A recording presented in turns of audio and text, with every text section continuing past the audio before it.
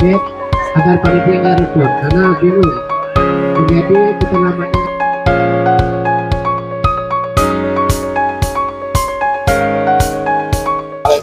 hari ini kita berada di lapangan Merdeka Kota Langsa melaksanakan gerakan pasar murah untuk menekan inflasi, di mana kegiatan ini kerjasama antara Pemkot Langsa dan DIM, Kapolres, dan Kajari melaksanakan program bekerja sama dengan provinsi yang dilaksanakan serentak pada hari ini di 14 kabupaten kota.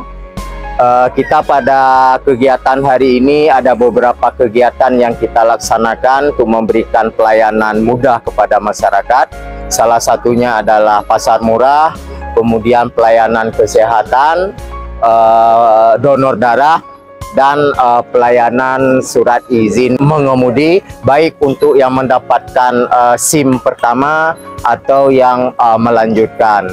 Mudah-mudahan gerakan kegiatan yang kita laksanakan pada hari ini dampaknya bermanfaat dan dirasakan langsung oleh masyarakat, dan kita berharap dapat kita laksanakan sesering mungkin, terutama dalam mengatasi inflasi yang terus fluktuasi, terutama dampaknya bagi masyarakat dengan ekonomi rendah ke bawah itu sangat merasa keberatan untuk memenuhi kebutuhan bahan pangan.